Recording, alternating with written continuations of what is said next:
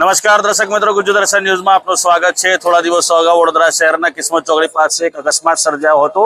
રોલરની અડફેટે આવતા એક જે એક્ટિવા પર સવાર જે એક દીકરી હતી તેનું અવસાન થયું હતું। ત્યારબાદ હવે કહી શકાય કે પાલિકાનું તંત્ર જે છે તે એક્શન મોડમાં આવ્યું છે અને વડોદરા શહેરના કિસ્મત ચોકડી પાસેના જે આ દબાણો જે છે તે દબાણો દૂર કરવાની કાર્યવાહી કરવામાં આવી રહી છે। જે ઓટલાના દબાણો હોય કે પછી લારીના દબાણો હોય કે તમામ પ્રકારના શેડના દબાણો હોય, એ તમામ જે દબાણો છે તે પાલિકાની દબાણ શાખાની ટીમ દ્વારા દૂર કરવામાં આવી રહ્યા છે। વડોદરા મહાનગરપાલિકાના જે અધિકારી છે મંગેશ જયસ્વાલ સહિતના જે અધિકારીઓ છે પાલિકાના અને પોલીસ સ્ટાફ જે છે અને સાથે જીબીનો સ્ટાફ છે અને ફાયર બ્રિગેડનો જે સ્ટાફ છે તે તમામ સ્ટાફને સાથે રાખીને આ જે દબાણ હટાવવાની કામગીરી છે તે કામગીરી કરવામાં આવી રહી છે। આપ જોઈ શકો છો કે આ જે દબાણ હટાવતી વખતે અને કેબિન હટાવતી વખતે જે ત્યાંના સ્થાનિકો છે તેઓ સાથે તૂતુ મેમેના જે દ્રશ્યો છે તે દ્રશ્યો પણ સર્જાયા હતા। આ જે તમામ જે દબાણો પાલિકાની દબાણ શાખાની ટીમ દ્વારા આ જે લારીના દબાણો હોય કે પછી શેડના દબાણો હોય કે પછી ઓટલાના દબાણો હોય, એ ઓટલાના કારણે જ્યારે વાહન રોડ પર પાર્ક થતા હોય, રોડ પર પાર્ક થવાના કારણે અકસ્માત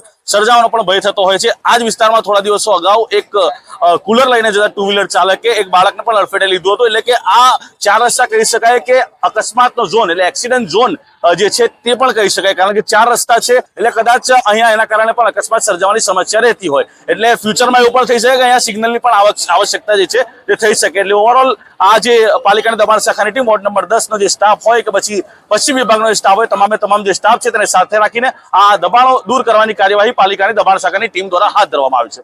કેમેરામેન સલીમ ગોળાવાલા સાથે હું આદિલ પટેલ, ગુજરાત દર્શન, વડોદરા।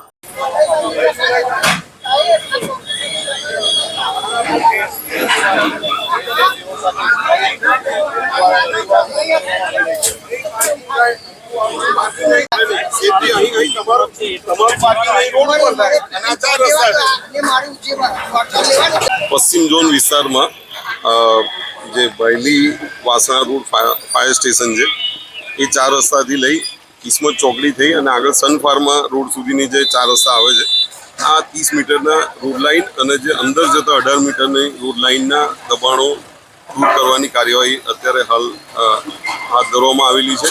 આમાં પોલીસ વિભાગ, કોર્પોરેશનના વિવિધ વિભાગો સાથે રહીને આ કામગીરી હાથ ધરવામાં આવી છે અને લગભગ મોડા સુધી આ કામગીરી ચાલશે। અને હાલ ટ્રાફિક અને પાર્કિંગની રીતે પણ આ દબાણો લેવા ખૂબ જ અગત્યના હતા, એટલે આ કામગીરી હાથ ધરવામાં આવેલી છે। કામગીરીમાં લગભગ 5 જેસીબી અને 12 જેટલી ટ્રકો અને MGVCL ને પણ સાથે રાખીને કામગીરી 4 ટીમો અમે જોડે રાખી છે અને 4 ટીમો સાથે રહીને કામગીરી કરવામાં એવું નથી। આ ચાર રસ્તા જે આપણે જે ઊભા છે, ચાર રસ્તા પૈકીની જગ્યા છે અને આનું જ જે પાર્કિંગ છે એ બધું રોડ ઉપર આવે છે અને એના લીધે બોટલનેક થાય છે, ટ્રાફિકમાં ખૂબ જ નડતરરૂપ થાય છે આ બધું। અને બોટલનેક થવાના લીધે એક્સિડન્ટ ને બીજા એની સેફટીના પણ ઇસ્યુ ખૂબ વધી જાય છે, જેથી એ જે હંગામી જે દબાણ છે એ અમે જમા લીધું છે। એવી છે કે યાર મારે ટીપી પ્લોટ મળ્યો નથી, મારે ટીપી પ્લોટ હજુ ટીપી ફાઇનલ જ નથી થઈ ના। આ લોકો દબાણ માટે આવ્યા હતા, 30 મીટરનો રોડ માપીને તમે દબાણ તોડો ને, મેં ના નથી કહેતો। આ તો જે હા એ મારી માલિકી જ જગા છે, એ મારો પ્લોટ સામે લેવાનો છે। હા ટીપી વાળો પાસેથી લેવાનો છે। આ મને નોટિસ તેડાર આપેલી છે। આ નોટિસમાં મને એવું કીધેલું છે સાહેબે કે 6 મહિનાની અંદર ટીપી ફાઇનલ થશે ત્યાં લગીને કબજો તમારી પાસે રાખો। હમણાં તો એવું કહેવામાં આવી રહ્યું છે કે પાર્કિંગના કારણે દબાણો દૂર કરવામાં આવે, તો પાર્કિંગના કારણે જે દબાણ દૂર કરવાના છે ને તો એ તમે માપીને દૂર કરો ને।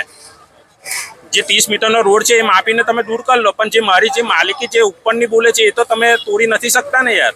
તમારી ખાનગી જગ્યામાંથી દબાણો દૂર કરી રહ્યા છે એવું કહો છો તમે? હા એટલે એવું છે કે મારે જે પ્લોટ લેવાનો છે એ મારા પ્લોટના અંદર મેં ઉપરથી જે આપેલું છે, પણ જે 30 મીટરનો રોડ માપેલો છે એ તો તમે માપીને તોડી શકો છો, એ મારે કોઈ નથી। એટલે પાલિકા પાસેથી તમારે પ્લોટ લેવાનો છે? એવું પાલિકા પાસેથી નથી લેવાનું, મારે ટીપી વાળો પાસેથી લેવાનું છે। હા એટલે મારે પ્લોટ સામે જ છે, એ પ્લોટ બી મારો એ છે ને ભારે આપી દીધેલો છે, જે સામેવાળા છે એ કબજો હજુ આપ્યો નથી સામેવાળાએ। તમારું નામ? આરિફ પટેલ।